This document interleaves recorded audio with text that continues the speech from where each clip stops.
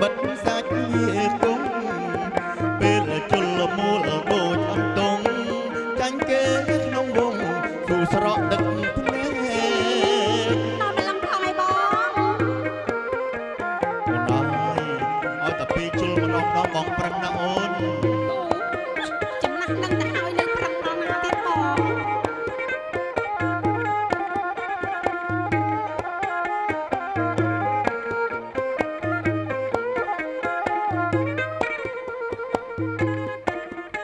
អរគុណ